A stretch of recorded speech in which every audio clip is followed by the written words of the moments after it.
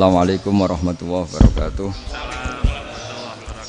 Bismillahirrahmanirrahim. Rabbi shrah li sadri wa yassir li amri wa hlul 'uqdatam min lisani.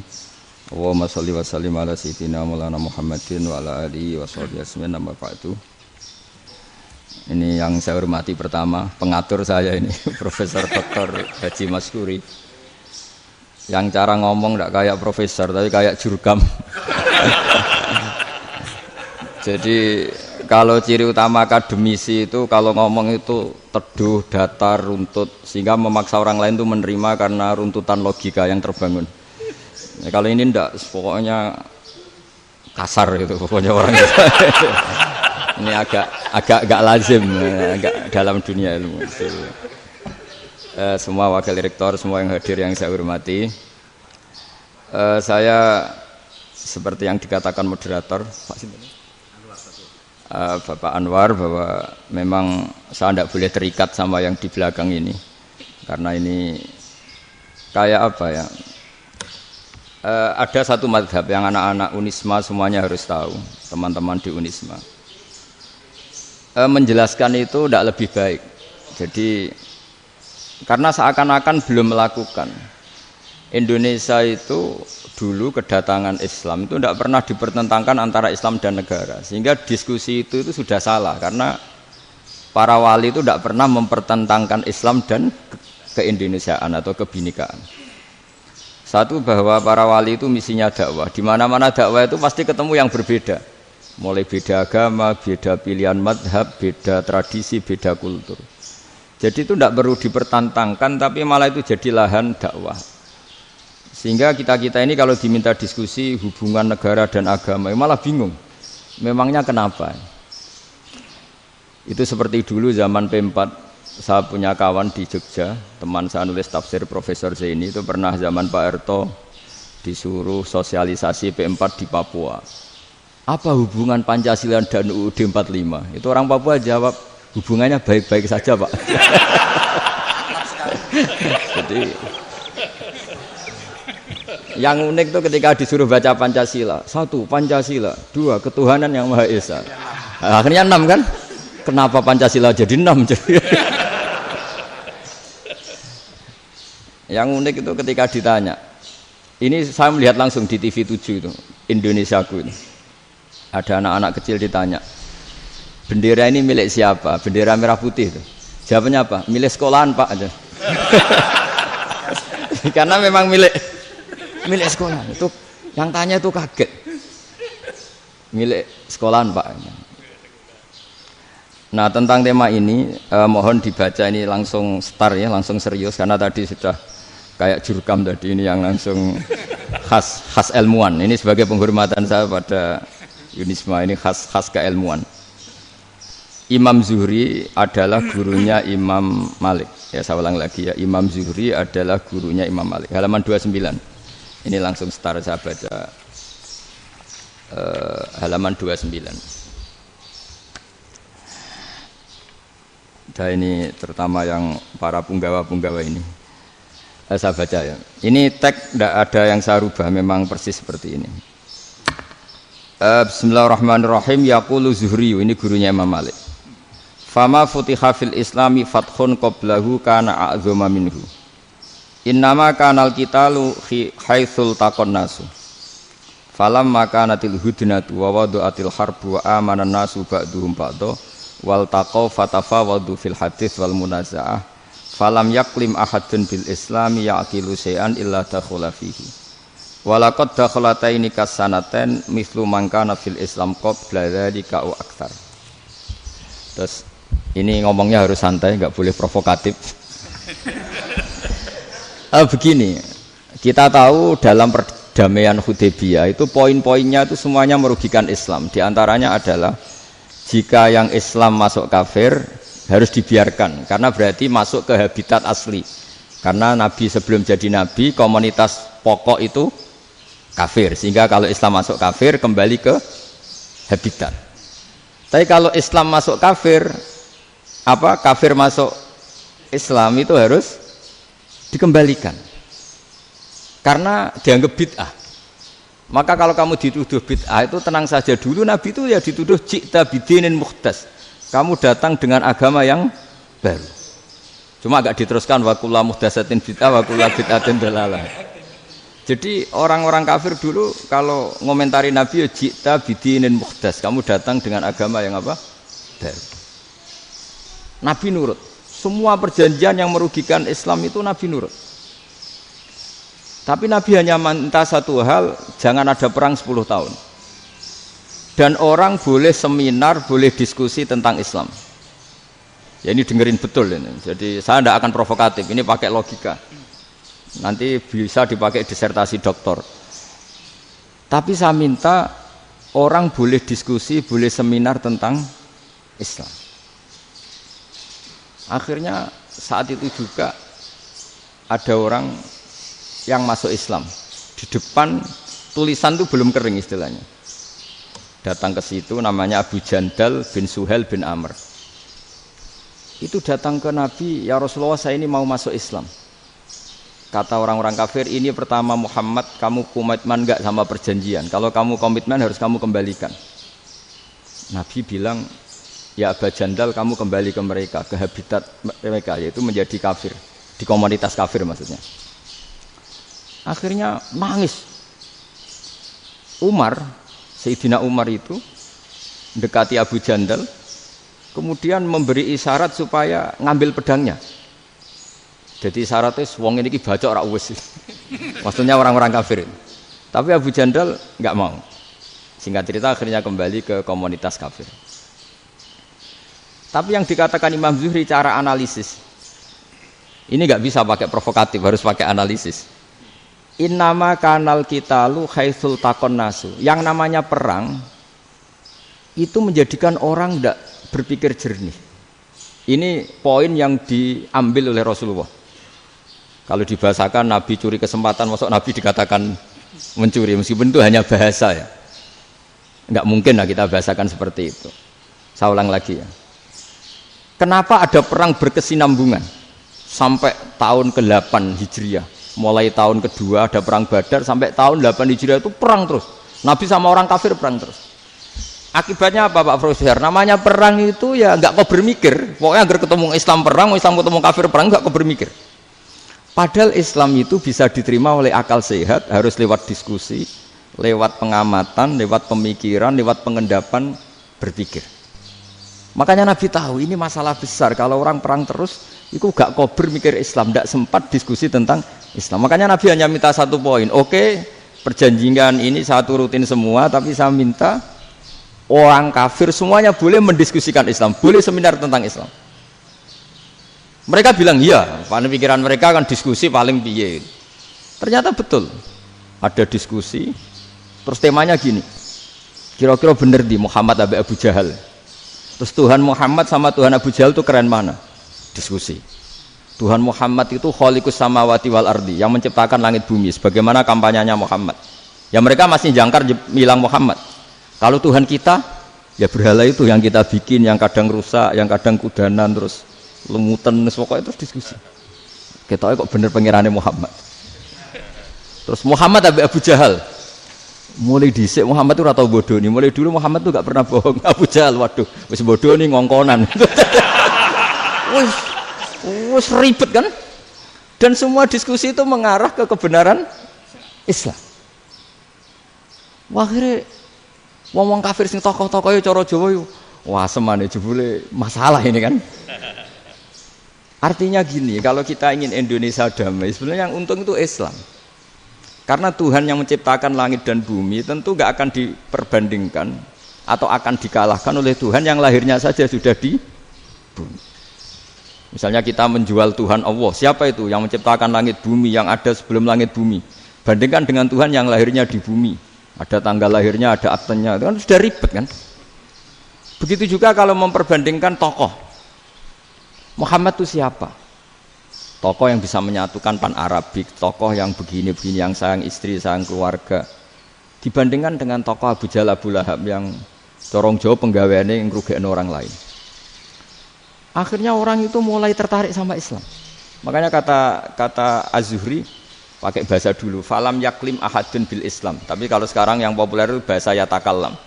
Sebetulnya yang benar itu bahasa kalima yaklimu kalaman karena masdarnya itu kalam berarti sulasi nopo mujarrad. Tapi di fiilnya itu mujarradnya enggak kelaku. Jadi di fiilnya takallama ya takallamu.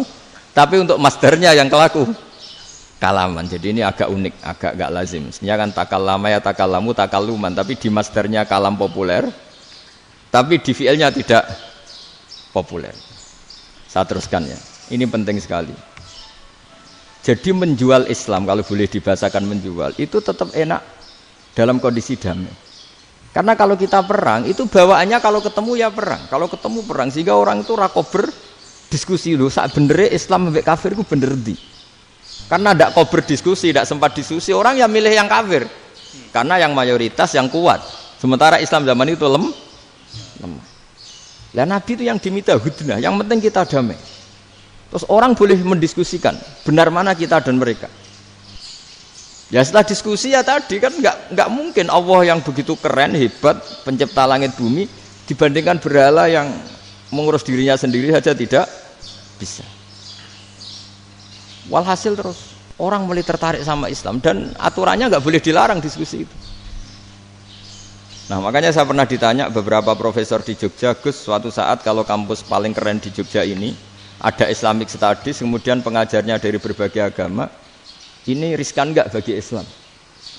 Saya jawab asal yang didiskusikan Islam itu nggak masalah, yang repot itu nak umat Islam. Karena kalau umat Islam yang jadi percontohan banyak raja yang dolim, banyak pemimpin muslim yang dolim, terus identik dengan Islam itu jadi dolim kan ribet. Ya kalau pas umat Islam, kalau Islam yang kumat kan jadi masalah kan. Nah ini kan terus jadi beda umat Islam sama Islam yang lagi apa? Kumat. Singkat cerita terus Islam mendapat posisi yang luar biasa. Nah makanya di sini diistilahkan falam makanatil hudnah, ketika ada perdamaian wa amanan nasu ba'dum ba'do, orang merasa aman, itu fatafawadu fil hadis wal munazaah. Mereka berdebat, munazaah itu berdebat. Keren mana konsep Muhammad dengan konsep Abu Jahal? Keren mana konsep Tuhannya Muhammad dengan Tuhan kita? Terus diskusi dan mereka akhirnya ikrar, wah yang benar ya Muhammad lah. Di mana-mana Tuhan tuh ya sebelum langit dan bumi, di mana-mana Tuhan ya punya reputasi menciptakan. Masa Tuhan reputasinya diciptakan kayak berhala dan sebagainya. Ibadah juga gitu.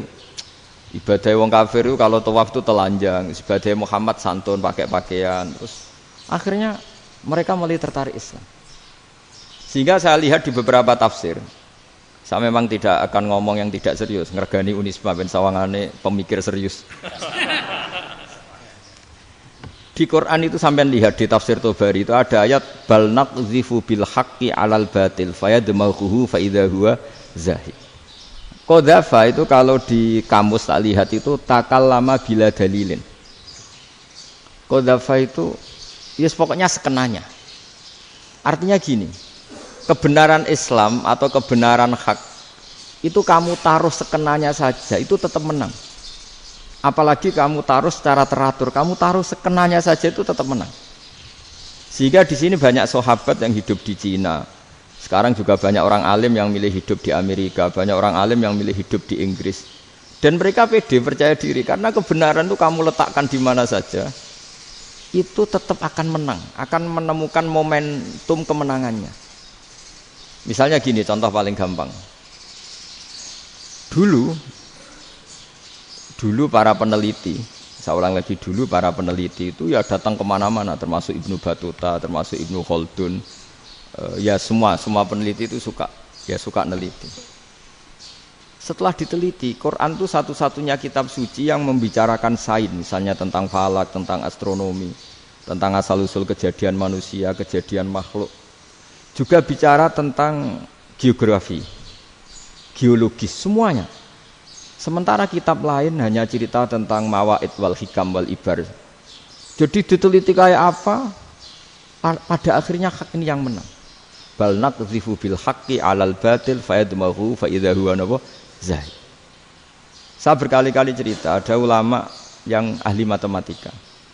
Ketika ditanya kenapa kamu suka ngajar matematika, sampai muridnya itu ragu, ini guruku mlebu swarga ta ora, penggaweane mulang matematika. Tapi para muridnya bermimpi bahwa Imam Amudi itu disuruh ngajar para malaikat. Dan itu pede betul dia. Kata Allah, ini ulama saya yang iman kepada saya setingkat iman kamu. Jadi malaikat itu tidak mungkin Gusti kita menyaksikan langsung engkau sementara ini di bumi, nggak nyaksikan jenengan. Kenapa bisa sepede dan seyakin itu? Akhirnya Imam Mudi disuruh ngajarin matematika. Jadi Anda kalau profesor itu nanti harus sempat ngajari malaikat, itu baru benar-benar profesor. Jadi nanti di akhirat ngajari siapa? Malaikat. Jadi ada seminar yang melibatkan banyak malaikat, narasumbernya itu seorang profesor. Itu ketika kenapa engkau begitu yakin kalau Allah itu Tuhan dan Allah itu Al-Wahidus Shomad. Terus Imam Amudi mulai nulis angka gak beraturan 2, 3, 4, 5 sampai 1 miliar 1 triliun, semuanya gak beraturan. Kata beliau, nisbatus naini wasalasa ila ma la nihayatalaha iku nisbatul far'i ilal asli. Mbok angka sebanyak apapun 2 dibanding 1 ya far'ul wahid, 3 dibanding 1 ya far'ul wahid, semua angka yang enggak terhingga pun dibanding 1 semuanya far'ul wahid. Semua angka sebanyak apapun itu cabang dari angka 1. Fakullu hadil awalim far'un minal wahidis shomad, yaitu Allah Subhanahu wa ta'ala. Wah, malaikat tepuk tangan, iya juga. Jadi begitu juga ada ulama itu ahli gambar. Saya dulu ngaji sama Mbah Mun Al-Husunul Hamidiyah, itu kitabnya itu banyak gambarnya. Dan gale gambar yang ngawur betul, mangga ahli gambar. Saya Apple, terus sempurna lele.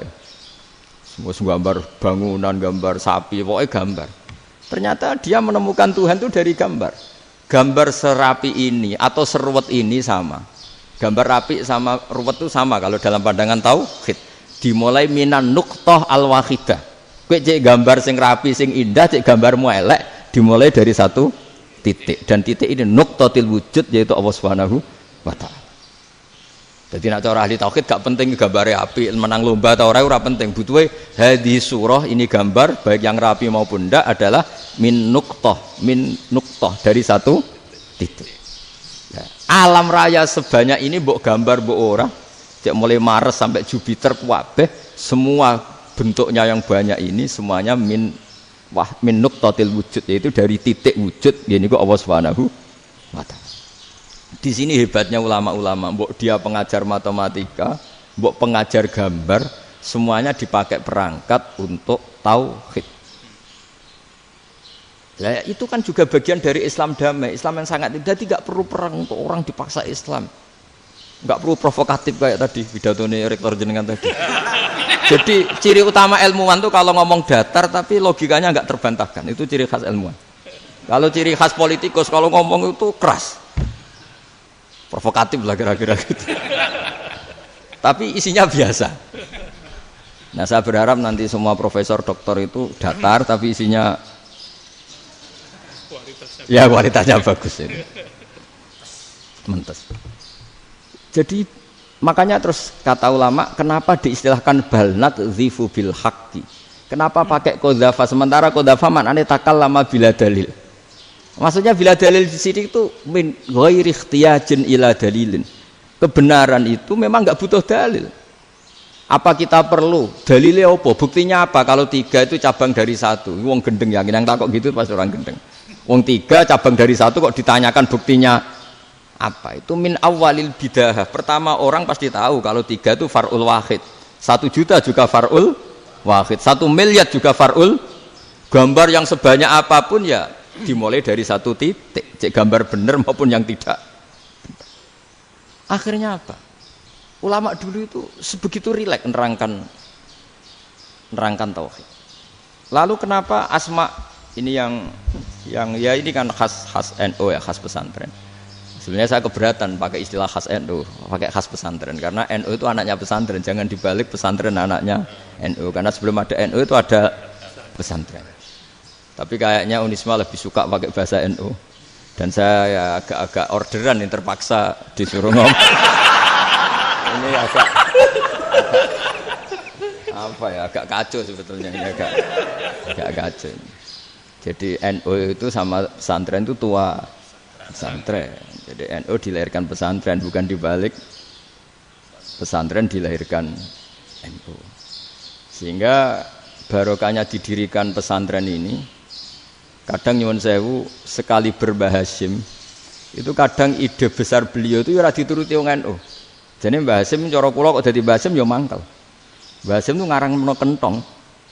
Nggih ngaramno beduk, tapi wong NU nganggo kentong. Beduk. Dan uniknya Mbah Hasyim enggak tersinggung. Karena ciri khas pesantren itu membolehkan perbedaan apa? Pendapat. Itu masyhur khilafnya Mbah Hasyim sama Mbah Fakih Mas Kumambang itu sampai dikitabkan. Saling ngeritik, saling macam-macam lah.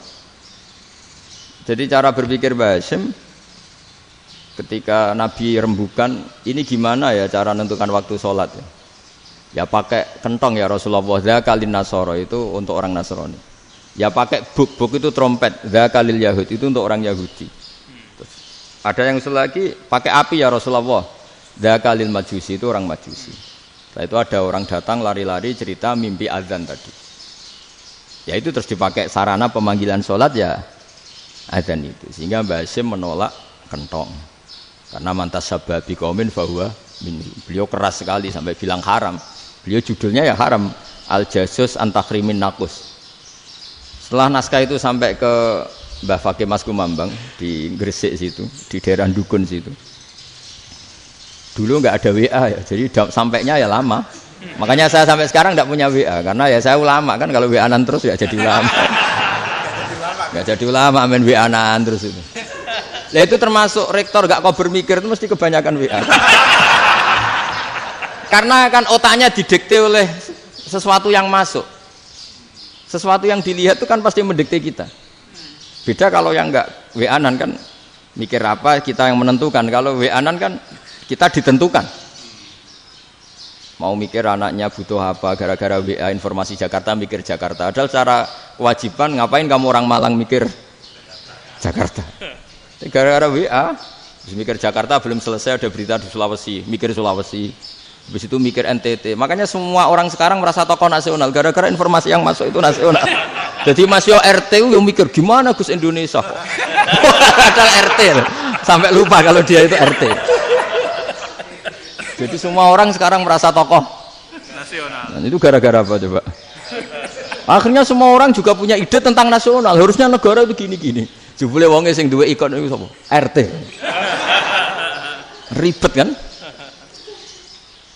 Saya teruskan. Setelah naskah itu sampai ke Kiai Fakih Mas Kumambang. Beliau itu marah besar. Ini harus dilawan dan saya bukan karena benci Mbah Hasyim. Beliau teman saya ketika ngaji Kiai Mahfud di Mekah. Jadi Mbah Fakih dan Kiai Hasyim itu teman ketika ngaji di Mekah. Terus cara ngelawan tuh lucu. Lucu. Gak ilmiah tapi gak ilmiah wong alim tetap ilmiah. Di mana-mana serupa itu tidak sama. Ya kalau mungkin zaman Nabi di Madinah itu zaman itu kentong itu identik dengan milik Nasrani. Di Indonesia beda. Pos kampling ya kentong.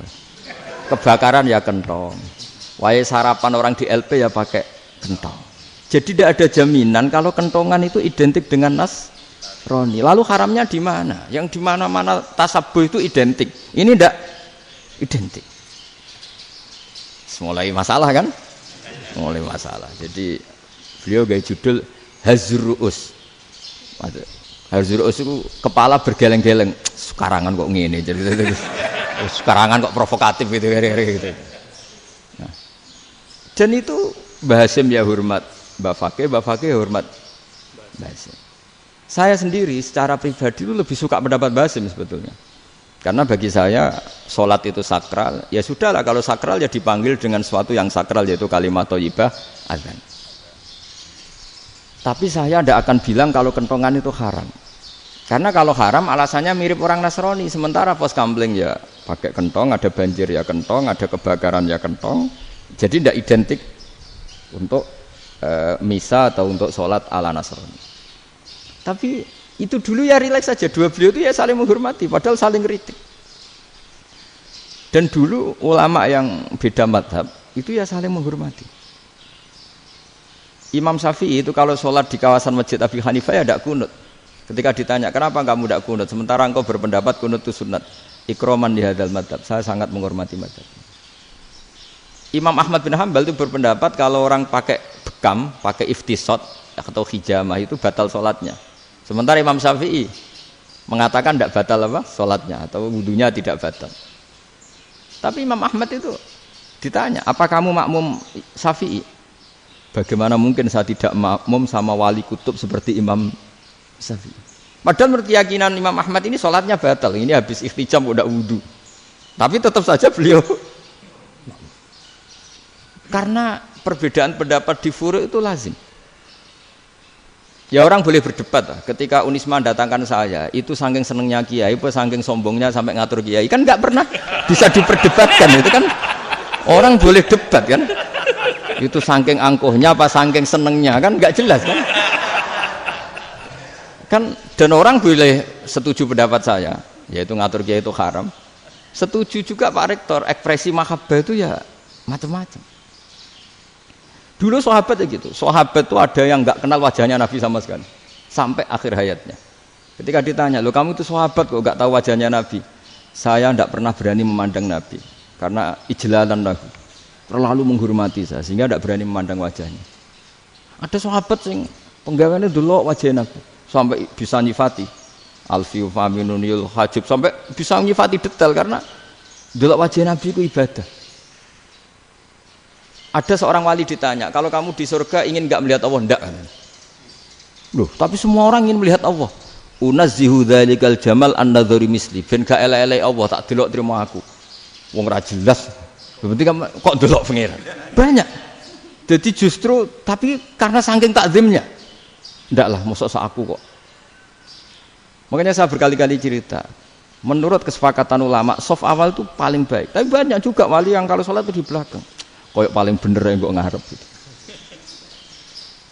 Lu bayangkan misalnya kamu semangat di soft awal di Masjid Haram, jebule sholatnya salah. Itu dari malaikat gayane kok ngarep, jebule ra roh. Iku di sini-sini wong. Jebule bodoh gitu. Gayane kok ngarep jebule.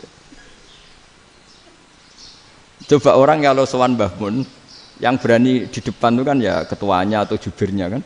Yang merasa ndak pati pinter-pinter kan mesti di pojokan. Artinya sudut pandang seperti itu ya sah saja, apa? Sah saja. Makanya banyak sahabat yang jarang sowan Nabi, alasannya takut ganggu Nabi. Banyak yang sering sowan Nabi, alasannya seneng Nabi. Yang sowan ya seneng Nabi, yang enggak sowan alasannya seneng. Lu Nabi itu tokoh, punya keluarga, punya anak. Kalau saya sering sowan berarti sering ganggu. Yang sering sowan dia alasan ini khazanah kita harus istifadah. Jadi zaman dulu dia biasa dua sahabat, yang satu milih mahabbah itu milih sering sowan, yang satu juga mahabbah milih tidak sering. Karena pertanyaannya bisa dibalik kan, sering sowan apa sering ganggu coba. Nabi Abedar, assalamualaikum. Nabi nimang cucunya, assalamualaikum. Ayo bener yang sowan apa bener yang enggak kalau seperti itu. Akhirnya terus diatur sedemikian rupa oleh Quran. Walau annahum sabaru hatta takhruja ilaihim lakana khairal lahum. Jadi sahabat kalau mau sowan Nabi ya nunggu di Sufah. Kalau Nabi keluar berarti milik publik. Sekali masuk ke dalam tidak ada sahabat yang berani sowan. La tadkhulu buyutan Nabi illa ayyudzana lakum. Kalau soal sampai masuk dalam harus nunggu dipanggil. Karena sekali Nabi masuk dalam itu milik privat keluarga, milik istrinya, milik cucunya, milik keluarganya. Jadi Nabi sekali keluar ke ruang itu berarti milik publik. Itu terus jalan tengah. Karena kalau langsung masuk, bayangkan saya itu sering menyaksikan. Mbah Mun habis ngaji 2,5 jam ngaji Jalalain. Baru masuk, assalamualaikum. Padahal yai mungkin mau ke kamar mandi, mau ini itu. Jadi dulu itu Quran sangat modern. Sebelum ada dokter ngatur tamu, rektor ngatur tamu itu Islam sudah modern. Dia kan gak fair kan? Misalnya saya ke Unisma harus janjian pakai ini. Terus kalau misalnya ke sini selonang-selonang kan lucu kan, mentang-mentang kiai terus juga sowan-sowanan selonang-selonang. Padahal kalau kita mau ke mereka pakai protokol. Sering tidak fair dunia ini, tapi karena aku kiai ra oleh gelo ya sudah. Akhirnya saya memutuskan gak gampang kemana-mana karena itu. Saya sering didatangi ajudannya menteri, Gus mau ada tamu dari Jakarta tanggal ini, mesti saya bilang, mereka milih tanggal yang mereka kosong, kok tidak mikir apa siapa situ kosong. Tak jawab enggak lah, sebelum diatur bahasanya dan tawaduknya gitu. Akhirnya dibalik, datang lagi, Gus jam dengan kosong apa kita menyesuaikan. Lah itu lagi dia akhlak kata saya. Itu baru punya akhlak kata saya. Bukan masalah ini, bukan masalah gengsi ya. Saya sendiri itu dolan ke alumni itu jarang karena ya takut. Kiai kan yo nganggur jam 09.00 nganggur, jam 10 nganggur. Bisa saja alumni itu kerja di pabrik, bisa saja yang latihan ekonomi di pasar. Sehingga kalau saya datang jam 9, iki kiai sing nilai santri ini, apa kiai sing ganggu santri. Nah karena orang ini melakukan rutin gak kok berpikir, pokoknya ngono jenenge silaturahim. Mau nyerah kok berpikir, padahal kalau diangen-angen ini kiai yang nilai santri ini, apa kiai yang ganggu santri ini karena datang di jam kerja. Nah, bayangkan kalau kebenaran dulu itu dikawal oleh satu peradaban perang. Jadi Nabi sesuai diangen-angen Pak Nabi. Perang Badar menang Nabi, perang Uhud menang wong kafir, perang ini gonta-ganti. Apapun itu yang penting satu kesimpulannya, cara Rasulullah kesimpulannya satu. Orang tidak kober mikir kebenaran secara mengendapkan pikiran dengan pikiran jernih. Maka hebatnya Nabi ketika perjanjian, pokoknya saya minta nggak ada perang. Dan orang boleh mendiskusikan Islam. Itu luar biasa idenya Nabi. Karena bawaan perang itu orang kan nggak kober mikir. Ibarat seorang misalnya senang satu perempuan, ketemu rivalnya langsung perang kan gak mikir. Tapi kalau kau bermikir, diangen-angen cawe wedok iku ora seneng aku. Untungnya apa untuk wong ayu ora seneng, malah mau loro hati. Terus sudahlah, buruan dialihkan kemana kan gitu. Itu nak mau amen WA nan tukaran lewat SMS atau tarung langsung ora kau bermikir. Tapi kalau kau bermikir, akhirnya berpikir nih. Perempuan tadi sebenarnya yang disenangi siapa? Oke, ternyata senang Pak Erick. Sudah kita ngalah. Karena tidak ada nikmatnya kan menikahi perempuan yang sama sekali tidak mencintai kita. Tapi kalau nak kau berpikir pokoknya diprovokasi, wah kue kalah mbak A, kue kalah mbak B, pikirannya kan, ojo sampai kalah. Bareng wis menang ternyata ada mas. Lah. Nah bayangkan Islam itu seperti itu dulu, dipertarungkan. Doang Islam itu dinu aklin, agama yang diterima dengan akal sehat. Tapi sekarang ukurannya perang, yang menang berarti benar, yang menang benar, kan terus jadi repot. Itu Nabi tidak ingin, makanya Nabi ingin sudah lah, nggak ada perang. Nah, makanya kata Imam Zuhri, fathul Islam terbaik adalah orang boleh diskusi tentang Islam dan tidak ada perang. Lagi-lagi penting, tidak perang itu penting, silmun itu penting, perdamaian itu. Setelah tidak ada perang, akhirnya fatafawadu fil hadis wal munazah, orang boleh diskusi apa saja, termasuk boleh adu polemik. Konsep satu Tuhan dan Tuhan banyak diperdebatkan. Akhirnya Nabi secara rileks bisa menjelaskan. Muhammad, urusan kita banyak. Kalau Tuhannya satu tidak cukup, Tuhan harus banyak untuk menyelesaikan berbagai urusan. Ada Tuhan bagi rektorat, bagi macam-macam kan. Ada Tuhan untuk ngurusi utang, ngurusi BPKB, macam-macam. Terus kata Rasulullah, enak saja Nabi jawabnya. Ya kalau kamu punya majikan banyak, perintahnya beda-beda. Kamu mangkel enggak, bingung enggak? Ya susah, Mat. Kalau majikannya banyak, perintahnya beda-beda, kita jadi repot. Senang mana? Senang majikan satu. Ya sudah, Tuhanmu itu majikan kamu. Kalau Tuhannya banyak, perintahnya macam-macam, kamu yang repot. Akhirnya ya sudah, Mat, Tuhannya satu aja. Itu ya barokahnya diskusi tadi, barokahnya enggak perang. Daraballahu mathalan rajulan fihi syuraka'u mutasyakisuna wa rajulan salamal lirajul hal yastawiyani masalah. Terus alhamdulillah. Jadi orang yang paling kafir pun saat itu taslim. Nah, ini kembali ke kalimat la ilaha illallah. Saya tidak perlu provokatif, pasti teori saya itu benar. Bukan saya bilang benar itu karena sombong, enggak. Ini sesuai teks. Misalnya begini. Benar enggak kelompok takfiri yang suka ngafirkan orang lain? Itu pasti tidak benar. Logikanya gampang. Orang yang kafir 70 tahun saja dengan melafadzkan la ilaha illallah menjadi muslim. Masa dengan kalimat yang sama yang muslim menjadi kafir? Itu logikanya kan enggak ketemu. Orang kafir 70 tahun untuk menjadi muslim disuruh baca apa? La ilaha illallah. Tapi gara-gara baca la ilaha illallah nyekel patok jadi kafir. Pertanyaannya, loh ini kalimat apa? Kalimat untuk mengkafirkan apa kalimat untuk mengislamkan? Karena yang kafir dengan kalimat itu menjadi Islam, ternyata yang Islam dengan kalimat itu menjadi kafir. Itu ketemu enggak cara logika itu kan enggak ketemu kan? Makanya cara pikirannya Abdul Hasan As-Sadzili, dan saya setuju pikiran itu. Istighfar ini boleh orang Jawa Timur protes karena kadang beda manhaj, tapi jangan protes saya, protes Abdul Hasan As-Sadzili, kualat mesti sampean. Ketua Torekoh napa? Sadziliyah. Cara madzhab Sadzili, dan Anda boleh berbeda madzhab, mencari khasnya wong kampus wani beda. Beda kapasitas lah, pokoknya butuhnya beda. Dan ketok pinter. ketok kritis tuh. Cara madzhab Abdul Hasan As-Sadili itu gini Pak Rektor. Jadi istighfar itu baik. Tapi ba'da kamali tauhid, setelah tauhidnya itu benar. Alasan beliau masuk akal. Ketika ada ayat fa'alam annahu la ilaha illallah wastaghfir li dzambik. Bihadil kalimah. Jadi orang boleh istighfar setelah tauhidnya benar. Alasannya Abdul Hasan As-Sadili begini. Qul lil ladzina kafaru iyantahu yughfar lahum ma qad salaf. Katakan kepada mereka yang kafir, sekali mereka tidak kafir, maka otomatis dosanya masa lalu diampuni. Pertanyaannya, yang bisa menghentikan kekafiran itu kalimat apa? La ilaha illallah. Dengan hanya melafadzkan la ilaha illallah Muhammadur Rasulullah langsung yughfar lahum ma qad salaf, langsung dosanya diampuni. Berarti yang menjadi pengampun dosa lah, penyebab pengampunan itu apa? La ilaha illallah. Itu bahkan orang kafir belum istighfar. Di ayat itu kan Allah enggak mensyaratkan setelah la ilaha illallah istighfar baru diampuni, enggak. Asal la ilaha illallah langsung yughfar lahum ma qad salaf. Saya ulang lagi ya, jelas ya. Jadi kulil ladzina kafaru iyantahu yughfar lahum ma qad. Nah, sekarang iyantahu, mereka berhenti dari kafirnya. Syaratnya pakai apa? La ilaha illallah Muhammadur itu langsung yughfar lahum ma qad. Artinya apa? Ghufranullah itu bisa didapat hanya dengan mujarrodut tauhid, yaitu hanya dengan melafadzkan kalimat thayyibah. Dan sahnya istighfar juga berdasar kalimat thayyibah itu. Misalnya gini, orang kafir sebelum Islam melafadzkan astaghfirullah, astaghfirullah, astaghfirullah, kira-kira diterima enggak? Enggak kan? Karena syaratnya istighfar ba'dat tauhid. Nah, makanya dalam madzhab Sadili istighfar itu setelah la ilaha illallah. Karena cara pandang ya seperti itu. Jadi fa'alam annahu la ilaha illallah wastaghfir li dzambi.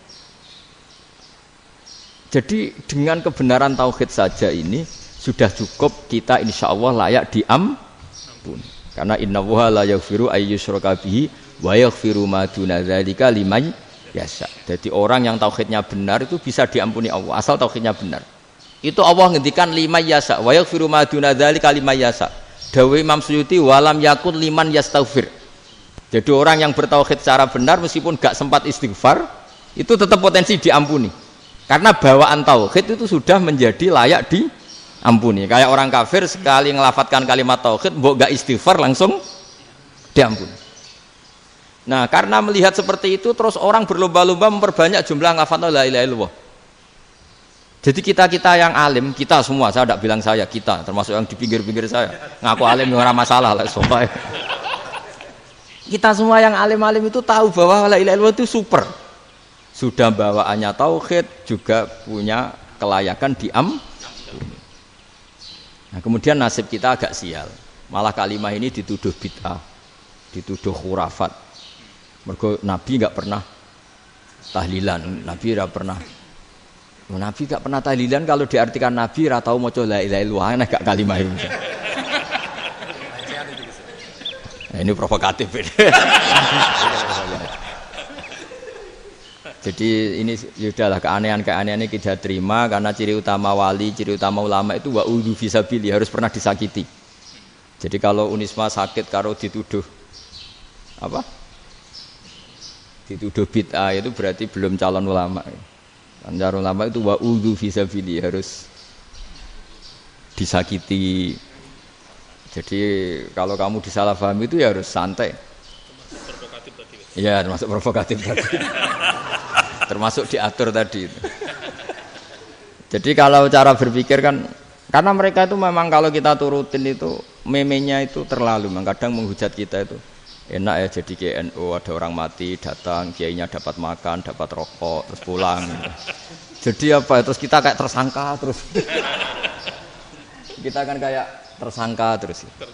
Tertuduh terus itu. Terus yang orang NU ya memenya juga nggak kalah ekstrimnya. Boleh ya ajaran orang nggak boleh ngasih kiai gitu. Berarti boleh dong ajaran kikir.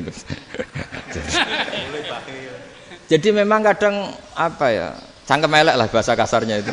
Itu memang kadang lebih mengenakan kalau kita datang ke acara mayat kan dapat makan, dapat minum. Kalau yang sohibul bed rokok ya dapat rokok. Kalau kiainya dapat wajib, kadang 20.000, kadang 50.000. Terus memenya itu Kok setega itu ya ada orang meninggal kok malah kita makan-makan. Seakan-akan kan kultur ini biadab kan gitu.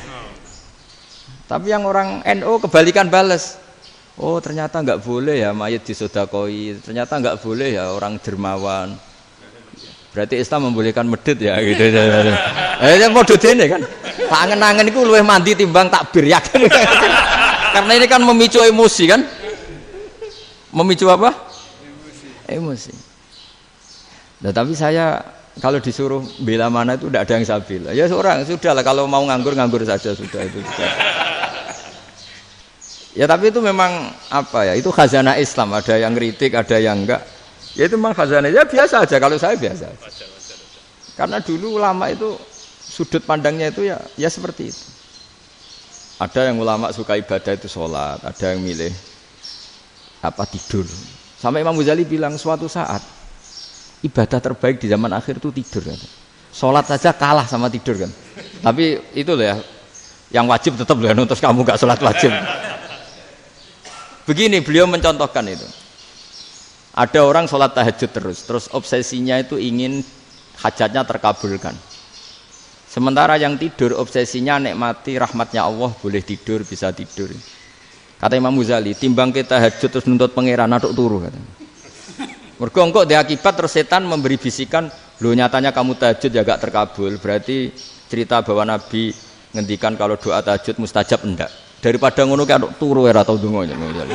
Timbang ngabri-abri Islam timbang ngelek-ngelekin apa? Islam.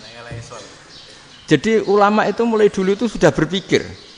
Banyak orang menjadikan tahajud, sholat malam itu media untuk hajatnya. Dan kalau nggak kesampaian ini mutung. Nyalahkan kiainya ijazah ramandi. Macam. Daripada ngono ora usah apa? Tahajud turu. Dan jenis kayak ini tuh banyak. Makanya ulama kayak saya itu saenake dhewe itu ya jarak. Saya sering didolani muhibbin terus bilang, "Gus saya doakan gini-gini saya mau nyalon bupati atau saya gini." Saya bilang, "Gak waduh orang ndonga, nek ra mandi darane ulama dongane ra mandi." Nak mandi kamu jadi bupati tetap nganggep karena beli. Sapa sing ra roh bupati saiki gak beli? Ribet kan? Ketika mereka jadi ngunsurkan doa kamu apa karena kemarin beli? Yang beli maksudnya enggak beli enggak usah tersinggung. Jadi ribet ngadepin. Ndak artinya gini loh, doa itu jangan dipakai begitu loh. Kalau minta nasihat, tak nasihati jadi bupati yang baik, gubernur yang. Kalau minta doa itu resikonya. Akhirnya kiai-kiai kalau diminta doa ya doa, sebenarnya diisinya itu enggak doa kemenangan. Itu nggak selamat gitu. Karena ribet. Makanya Islam itu doa itu setelah iman. Aturan iman benar baru doa. Aturan iman benar termasuk Allah itu yaf'alu ma yasha', boleh melakukan yang dikehendaki. Allah enggak boleh terdikte oleh doa kita, enggak boleh. Ya saya ulang lagi ya, mazhab Hasan Asyadzili ini khas kita. Jadi la ilaha illallah itu didahulukan sebelum istighfar. Tapi kebalikannya mazhab Imam Sanusi itu dibalik. La ilaha illallah itu kalimat yang sakral. Karena yang sakral dibutuhkan muqaddimah, yaitu yang melafadzkan harus yang sudah bersih, yang sudah steril baru melafadzkan la ilaha illallah. Maka dalam mazhab Sanusiyah istighfar dulu baru la ilaha illallah. Nah, cara mazhab Abdul Hasan Asyadzili kebalikan, istighfar itu sah setelah sahnya tauhid. Kamu ikut mana dulu? Asyadzili apa Sanusiyah? Alhamdulillah sama-sama tidak paham ya sudah. Akhirnya sudah. Ya enggak kemana-mana kan gitu. Jadi apa ya? Terus ini saya teruskan, ini biar khas pesantren atau khas NU lah, kalau bahasa Pak Rektor khas NU. Ini ben sampean tahu beberapa perbedaan itu lazim, halaman 24. Ya, halaman 24 sama 25. Tak baca, ini masih orisinil. An Sufyan bin Uyainah, ini juga gurunya Imam Syafi'i. Kata Sufyan bin Uyainah, beliau cerita, kana Isa wa Yahya alaihi salam ya'tiyanil qaryah. Fayas'alu Isa an syirari ahliha. Wa yas'alu Yahya an khiyari ahliha. Jadi Nabi Isa dan Nabi Yahya itu satu generasi, sama-sama masih muda. Kalau di satu kampung yang Nabi Yahya tanya, ini keluarga terbaik siapa? Saya mau nginap di situ. Karena kumpul orang baik itu nyaman. Kalau Nabi Isa kebalikan, keluarga terburuk mana ya, saya tak di situ. Nah terus Akhirnya faqala lahu Yahya, lima tanzilu ala syirarin nas. Kenapa kalau kamu bermalam kok malah kumpul orang-orang yang nakal? Innama ana tabibun udawil mardo. Saya ini nabi ibarat dokter. Di mana-mana dokter yang ngumpuli yang sakit, ngobati yang sakit. Makanya di NU itu ya banyak Kiai Jazab mengumpuli yang nakal-nakal. Nak tepak yang ngentas yang nakal, nak ora tepak ya katut. Ini adu nyali lah sudah gitu. Tapi itu ada ilmunya, yaitu niru Nabi siapa? Isa. Kalau kamu dokter penelitian tuh cari daerah yang banyak pandemi apa yang bersih? Yang banyak pandemi, karena yang namanya penelitian ya di situ kan. Kalau kamu dakwah ngentas kemiskinan, ke daerah miskin apa daerah kaya? Nah, sama kalau ngentas kefasikan, ke daerah fasik apa daerah orang soleh? Fasik. Ya, tapi itu Nabi Isa. Nah, kalau kamu tidak Nabi kan potensinya kan ngantut itu. Tapi setidaknya bahwa kita sering disalahkan karena punya beberapa tokoh yang ngancani fasik-fasik, itu sebenarnya ada dalilnya, yaitu Nabi siapa? Isa. Nah, terus masalah tegas dan lunak. Ketika ada mahasiswa misalnya pacaran, boncengan lanang dan perempuan, itu pilihan kita apa? Kalau tegas, terus gak mau mendengar kita. Misalnya gini, contoh gampang, tak beri contoh Pak D. Jangan orang tua, nanti secara fikih itu beda. Nah, ini kan kita orang pesantren, biasa ngaji fikih detail. Kamu Pak D seorang perempuan, mahasiswi misalnya, sering pacaran. Setiap ke situ sama pacarnya kamu diam saja. Padahal kamu dosen ya, dosen keislaman. Mesti pawanaan kamu nyimpulkan, ternyata pacaran itu tidak apa-apa. Buktinya Pak D itu tidak negur, menengahi. Ini berarti as-sukut alal mungkar. Tapi kebalikannya, Pak D ini terkenal keras. Nak rono mesti ada aku ponaan. Akhirnya yura rono. Mesti ngerti nak mesti diamuk. Nah, dua orang ini sama-sama gagal kan? Yang lunak menjadikan ponakannya pacaran terus karena enggak negur sehingga dikira membolehkan. Sing keras juga enggak sempat bina wong rono era wani. Akhirnya dua orang ini sama-sama enggak ketemu, sama-sama enggak berkesempatan membina kan? Gagal membina kan? Karena yang keras ponakannya enggak pernah situ, berarti enggak bisa bina kan? Yang lunak membiarkan berarti juga ada bina. Nah, Islam itu antara dua itu. Ya agak terlalu lunak, enggak terlalu keras. Karena kalau terlalu keras, misalnya ada kiai terlalu keras, lu masyarakat mau tanya itu gimana? Lari kan? Lu saya ini punya pengalaman pribadi. Saya ini kan kecelok orang alim. Itu kalau pernah ya saya itu berusaha ya pokoknya ya umumnya orang alim lah, tenang terus anteng, enggak gejlok-gejlokan. Itu enggak ada yang tanya. Saya mimpi ketemu beberapa ulama itu disalahkan. Terus umat saya kalau mau tanya itu ke siapa? Wong alim wis wibawa, meneng tambah banget wibawane. Kalau Quran sering gojlok rektor macam-macam. Terus wong wanita kok, saya biasa ke pasar pandangan dicegot orang. Gus, putri saya itu sering keluar darah tapi melebihi batas haid gini-gini. Kalau badhe sowan jenengan, gak usah sowan ning kene mbek ngadeg-ngadegan. Terus tanya, yang haid berapa hari, Gus? Ya supaya rudat ilal adat. Adat sebelum dia punya penyakit istihadah itu berapa? 6 hari ya sudah, kembali 6 hari lainnya mustahadah, tetap sholat, tetap normal. Tapi kalau saya wibawa, moro pasar gue tasbih seduwilu. Iku mesti wong salaman njaluk donga yakin. Tapi baru kayak rada uraan ketemu wong-wong, dol pening ndi? Mak pening ndi? Gus beneran Gus ketemu jenengan kula wingi badhe tuwa kok. Akhirnya tanya. Dadi uraanku iku amdan. Lha nek sampean asli, iki asli uraan. Karena ndak uraan lah tetap ndak wibawa kan. Jadi baru kayak uraan itu ya banyak. Saya itu kalau ngantor di Jogja itu banyak orang yang tanya. Ya biasa tuh tanya macam-macam. Karena saya uraan. Ke pasar ya orang, bahkan di bis sering ketemu orang. Wah beneran Gus kalau badhe sowan jenengan badhe tanya ini. Ya sudah di sini aja. Jadi semua itu diilmoni. Nabi itu punya sisi yang dua-duanya jalan. Memang beliau luar biasa, dipilih Allah yang luar biasa. Nabi ketika wibawa itu banyak sahabat yang bahkan mengenali wajahnya aja tidak bisa. Ka'anna ala ru'usihim at-tayr. Bayangannya seakan-akan di kepalanya itu ada burung yang takut terbang, saking antengnya. Tapi Nabi sekali mengeluarkan job, sekali santai, itu sahabat tanya itu sampai yang enggak pantas ditanyakan. Nabi saya tadi kumpul istri saya, tapi tidak inzal, itu wajib mandi enggak? Aro'aita law anna ahadana ya'ti imro'atahu walam yunzil. Itu ya ditanyakan. Nabi mun kumpul mboten saged inzal sepundi. Guys metu lagi. Terus ya ada yang tanya macam-macam. Ya saking ada sahabat dipanggil Nabi tambah lari, dipanggil lagi tambah lari. Panjenengan nyeluk, oh pas kula kumpul bojo kula. Lah kula kuwatir jenengan orang suci, saya belum mandi, makanya saya lari.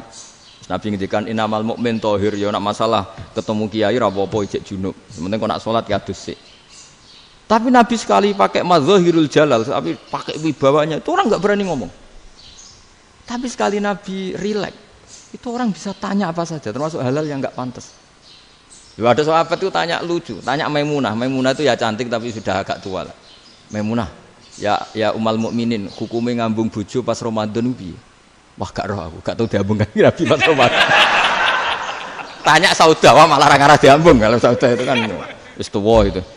Lucunya istrinya jawab, tanya Aisyah yang mungkin Nabi, iya yang mungkin tanya Aisyah. Itu yang usul ya istrinya Nabi Maimunah.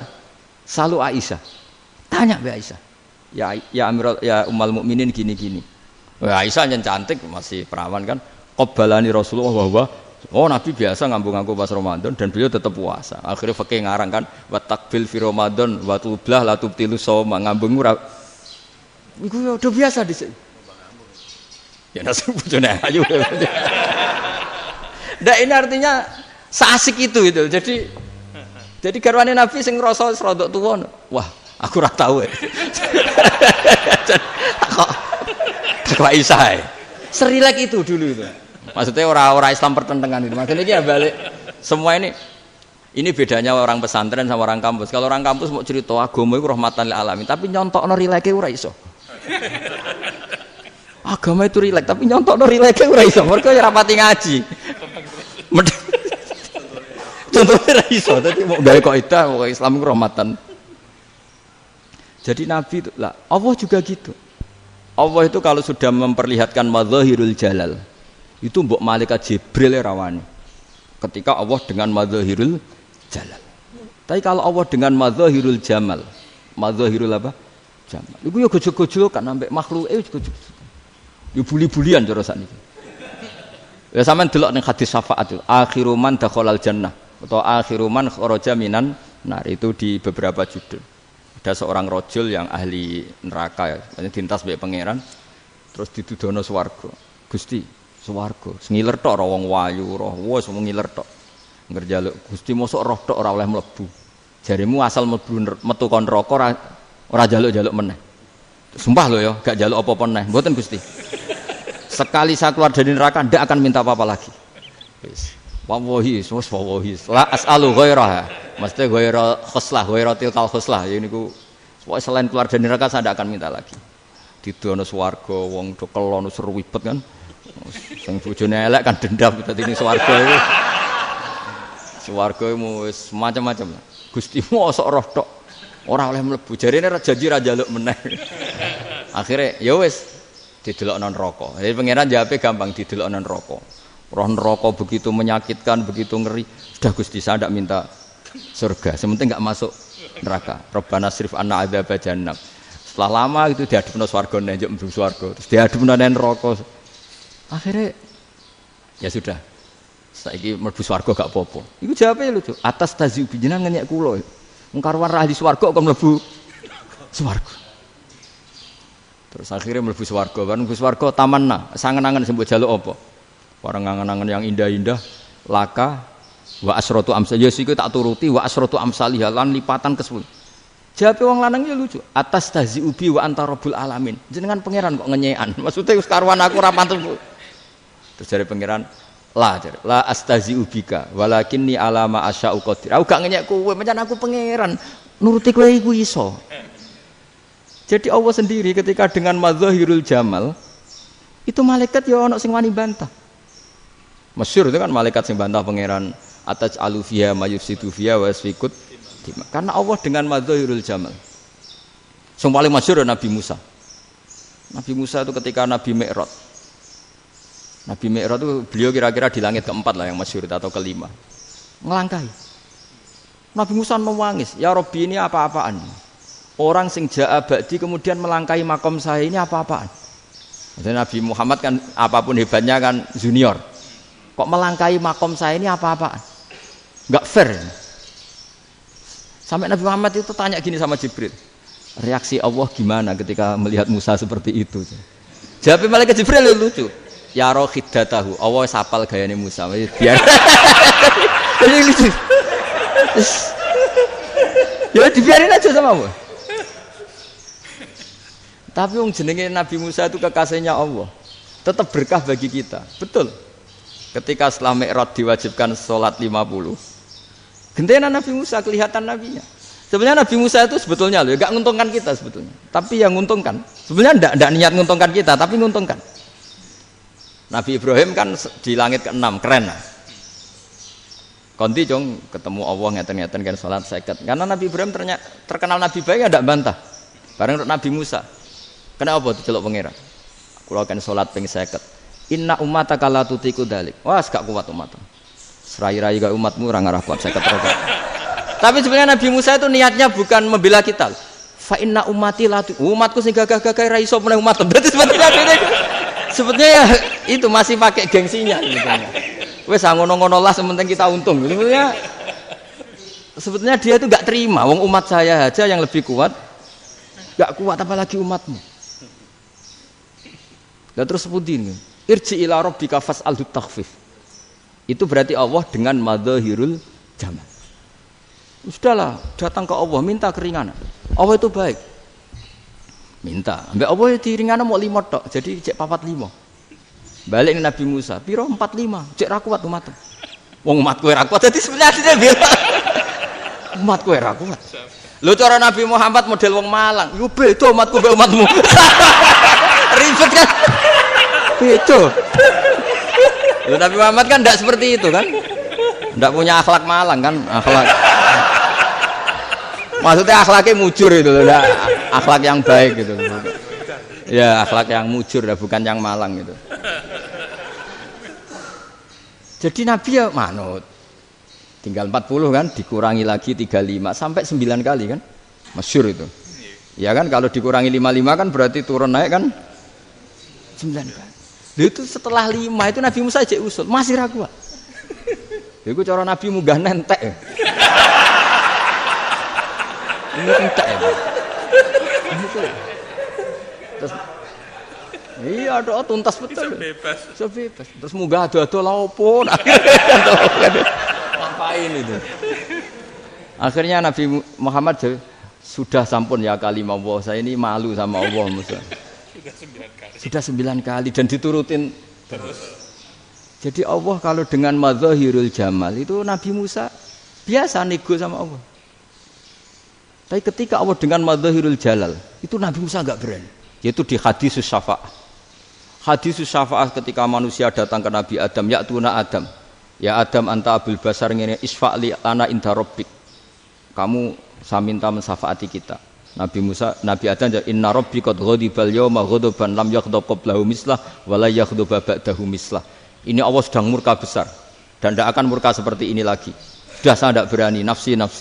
Nabi Ibrahim enggak, termasuk Nabi Musa ketika itu ya enggak berani. Karena Allah dengan madzahirul jalal. Itu Nabi Musa enggak berani.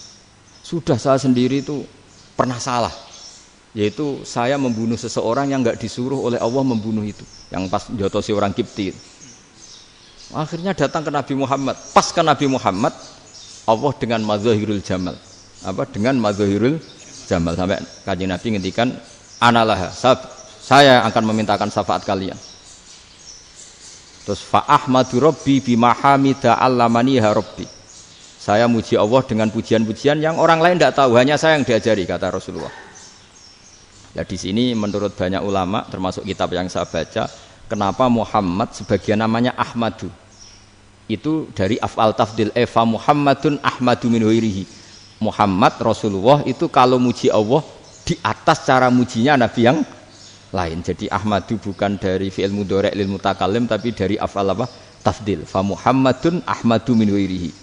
Bahwa Kanjeng Nabi Muhammad sallallahu alaihi wasallam itu cara mujinya Allah di atas pujian para nabi. Makanya di sini Sayyid Ali Zainal Abidin kalau muji hamdal hamidin wa fauqa hamdil hamidin. Jadi Pujian saya ini di atas rata-rata cara mereka apa? Memuji. Yaitu sirinya apa? Nabi itu tahu bahwa akhirat itu tidak bisa batasi Allah. Kamu tidak bisa nyemprit Allah. Allah, ini akhirat loh. Amal sudah ada manfaat. Ingat itu. Tidak bisa seperti itu. Allah itu nggak bisa tunduk sama konstitusi yang bernama akhirat. Artinya Allah meskipun di akhirat tetap duwe hak yaf'alu ma yasa atau yaf'alu ma yurid. Nggak bisa kamu terus wah ini akhirat, amal ra iso dikirim wong mati, amal ra iso dikirim. Yo pangeran kok mbok atur. Kalau kita yang mengirimkan nggak bisa, tapi kalau Allah tetap bisa. Makanya ada kiai mengatakan kodok qadar ra iso dirubah, itu kamu. Makanya ada seorang kiai ditanya, kodok qadar iso dirubah sekali dicatat selesai. Jari kiai tadi, tapi nak Allah iso.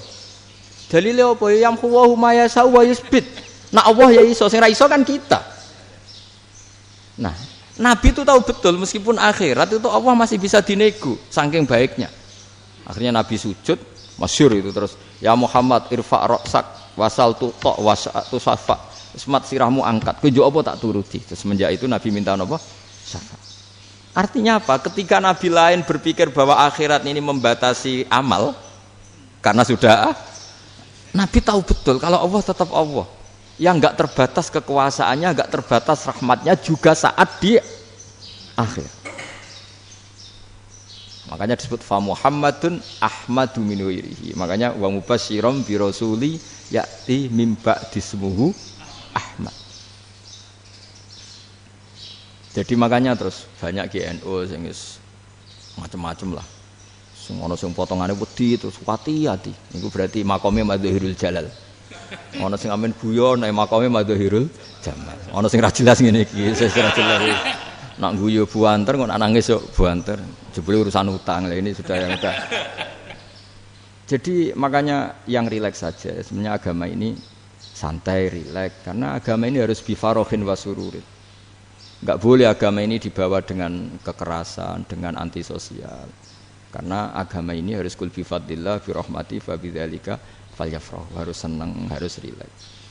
Makanya saya jadi kiai itu senang takutnya gini. Sekali saya ada senang jadi presiden buruk. Ternyata jadi wong alim ra enak, itu contohnya.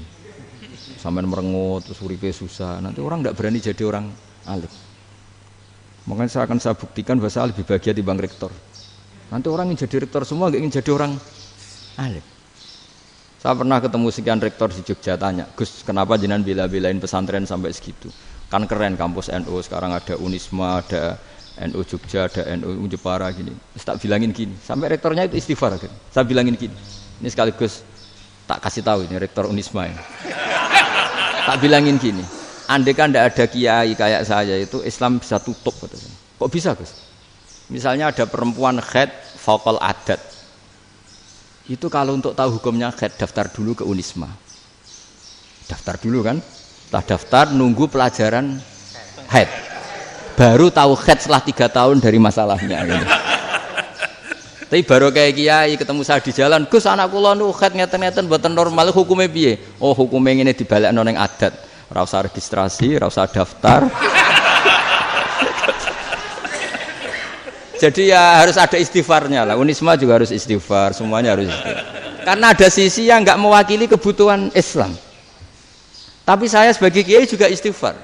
Karena fakta hukum mengatakan yang boleh jadi KUA yang jabat, yang boleh kemenak yang punya gelar. Dan ini yang mengawal Islam secara undang-undang karena mereka yang bikin. Nah, karena kiai tidak punya gelar tidak bisa jabat di situ. Saya juga istighfar. Jadi tidak sampai antok yang istighfar. Karena yang kebutuhan ini terwakili yang punya gelar. Tapi yang punya gelar juga harus istighfar tadi. Mosok kepen roh hukum haid ngenteni kuliah se. Ngentek itu aja nanti nunggu guru yang pas mata pelajaran itu. Terus kapan dekne salate wong jawabannya belum ketemu. Tapi baru kayak saya kan ketemu di jalan tanya. Gus saya sering ketemu. Gus saya ini bapak angkat. Mau nikahkan putri saya, itu gimana itu kalau cerita wali sebenarnya anak saya sok, kalau nggak cerita nggak sah karena saya bapak angkat. Itu banyak. Hanya tak akali ya sudah wali yang sebenarnya taukil pada hakim tanpa diketahui, tapi hakikatnya itu taukil hakim. Itu kan tidak gampang. Nah, tapi kalau tanyanya di kampus registrasi dulu, daftar dulu, baru tahun berapa ada pelajaran itu? Semester 5 baru tanya. Iya kan? Semester 5 ya? Iya. Oh, itu kan. Jadi jangan kira terus sistem Unisma itu yang terbaik di dunia, enggak juga kan? Enggak juga. Dan sistem-sistem yang lain maksudnya ada aja.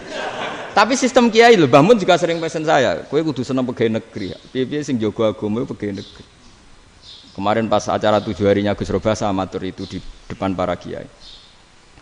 Setelah saya jadi kiai ya itu nyata. Islam di Papua, di NTT yang bawa siapa? Dokter negeri, ya kan? KUA negeri. Barokahnya mereka negeri dijamin negara kan? Barokahnya Muslim berkebutuhan Islam. Akhirnya bikin musola di situ, bikin masjid. Bahkan di Korea Utara itu ada masjid bawaan duta besar. Karena banyak duta besar Muslim berkebutuhan masjid. Yang bisa gini itu yang negeri apa yang swasta? Negeri lah. Di sini kiai tidak mewakili semua kebutuhan apa? Islam. Tapi kampus juga enggak, kampus Islam sekalipun tidak memenuhi semua kebutuhan Islam tadi. Masa orang tanya kan nunggu semester berapa tadi? Semester 5 masih daftar dulu. Nunggu pelajaran itu. Payahnya pas ketemu dosennya, wong saya tidak pernah ribet kan? Pas dosennya cowok gitu. Jadi sudahlah, makanya ini, iya makanya ini kan bentuk kearifan lah. Jenengan ngakui fungsi kiai kayak saya itu bentuk kearifan. Saya juga ngakui jenengan ini butuh kearifan. Saya sering didolani KUA itu rata-rata ya didikan kiai. Kompilasi hukum Islam itu banyak ya, janda cantik. Contohnya harus cantik, kalau jelek nggak mungkin terjadi kan. Ada janda cantik kebetulan suka kawin tapi takut zina. Saya ulang lagi, suka kawin tapi takut. Itu seringnya gitu Pak Rektor. Jadi dia kawin bosen, bilang ke KUA, Pak saya sekarang mau nikah sama ini. Tapi kamu mau punya suami. Ya tapi kan nggak tercatat Pak. Itu KUA-nya rata-rata itu nggak berani. Meskipun nggak tercatat karena secara fikih meskipun nggak tercatat tetap dia seorang perempuan yang bersuami. Maka nggak boleh nikah sama orang lain.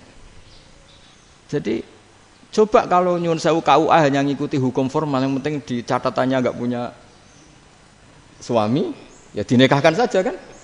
Tapi mereka enggak, karena didikan kiai enggak berani.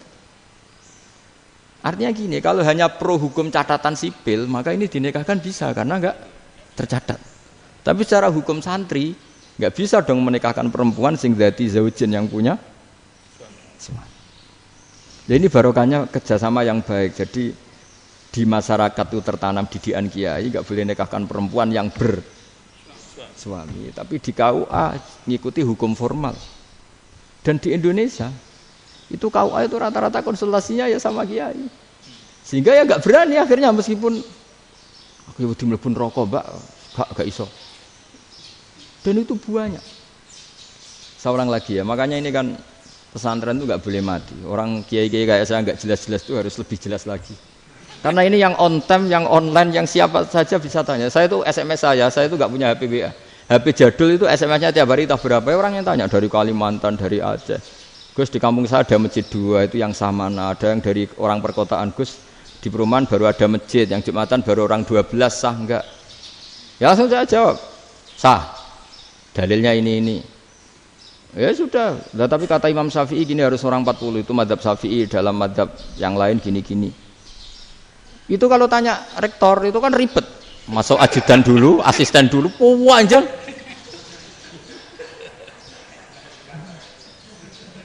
Wah itu kan ribet kan? Manggil dosen, dekan VAI dipanggil, dekan VAI nggak mau langsung jawab, cari dosen yang nekuni itu. Usul fikih, saya nekuni itu baru seminar, nunggu dulu mbak, ini orangnya baru. Panjang kan? Bisa tutup Islam kalau kesuwen. Coba kalau tanya kiai kan enggak ketemu di jalan. Dulu Mbah Zubair kata Mbah Mun, saya termasuk santri yang diapresiasi Mbah Mun.